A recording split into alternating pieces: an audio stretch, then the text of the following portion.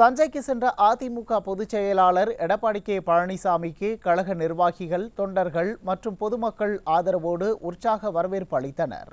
நம்மில் ஒருவர் எங்கள் எடப்பாடியார், மக்கள் முதல்வர் அவரே, எம்மை காக்கும் தலைவர். நம்மில் ஒருவர் எங்கள் எடப்பாடியார், மக்கள் முதல்வர் அவரே, எம்மை காக்கும் தலைவர். எடப்பாடியாரின் ஆட்சி தந்த மாற்றம் நம்மை செழிப்பாக்கி இன்று பெருமிதமாயாக்குதே.